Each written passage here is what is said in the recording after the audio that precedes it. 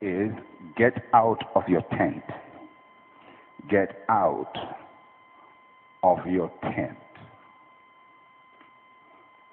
It is possible to lock yourself in a self-defeating mindset. It is possible to limit yourself to only seeing scarcity, lack, and deprivation. And our minds can be locked in a mode so that there is always repeated defeat in our lives. But I believe that we can step outside of that mode. We can enter a new life in Christ Jesus, and we can see things differently. And today we're going to look at how to step out of the confines of the limitations that we find ourselves in. I said when I started dealing with mindsets that it starts with the way you see things, your view. The world view creates the mindset. And it's always important for us to go back to that concept that if you don't see it well, you will not relate to it well. So today we'll start with a reading from the first chapter of the book of Jeremiah. And we're going to hear an instruction that God gave to Jeremiah in Jeremiah chapter 1 and verses 11 to 13.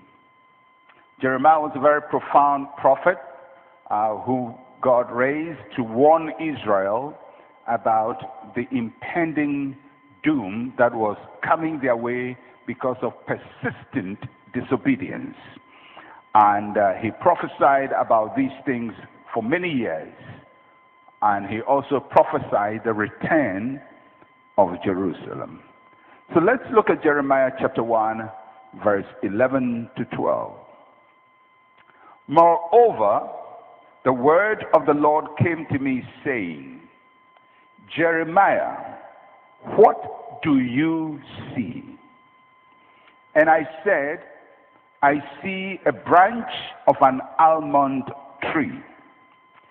Then the Lord said to me, you have seen well, for I am ready to perform my word. I want you to note that God said something before Jeremiah, and he asked Jeremiah to look at it and to tell what it was he was looking at. God did not tell Jeremiah what it was. Jeremiah had to identify what was set before him. Our mindset is influenced by what we see. So we're going to look at two things important in what God said to Jeremiah. First is what you see. What do you see? What you see is your sight. It is the view you have of something. It is your observation of it. What you see, your sight. What you see has two components. First is observation. Observation is basically the ability to make out what is set before you. That is when an image registers on your mind. You look with your eyes, but you see with your mind. You look with your mind, your eyes, but you see with your mind. If your mind is not engaged, you're not going to see it. So observation comes from looking at something and your mind engaging with it. It's very possible to look at something and not see it. And it's happened to all of us before, where you are walking through town or just minding your business, and somebody who is very familiar to you, you know the person, comes in your view, but you walk past the person. And maybe if the person is gracious enough, they tell you, hey, didn't you see me? And normally you would say, my mind was not there. Your eye was looking, but if your mind is not engaged, it doesn't register a meaning to you. In the same way, it is possible to look at life and not see it. It is possible to look at money and not see it. It is possible to look at opportunity and not see it. Because it's not just about seeing or just looking at it or an image being in front of you. It is how your mind engages with it. Observation. So God asked Jeremiah, what do you see?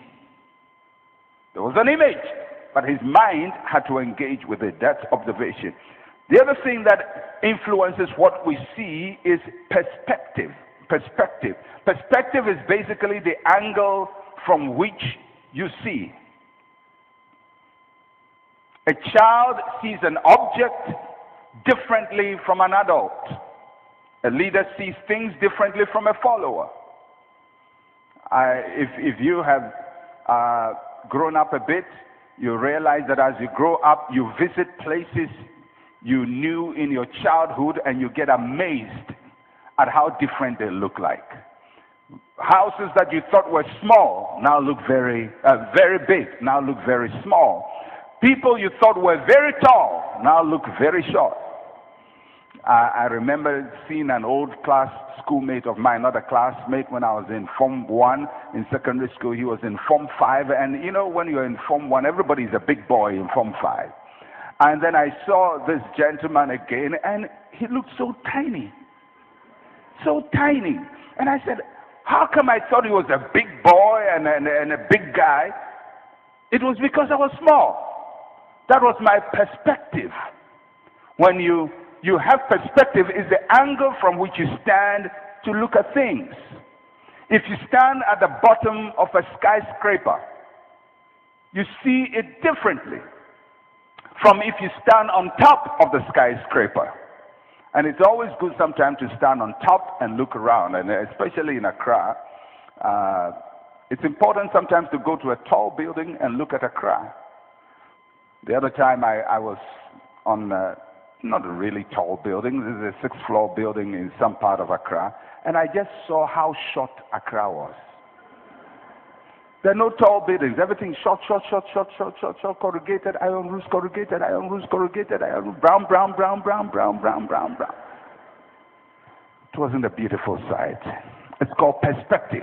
What do you see is influenced by how you observe and your perspective.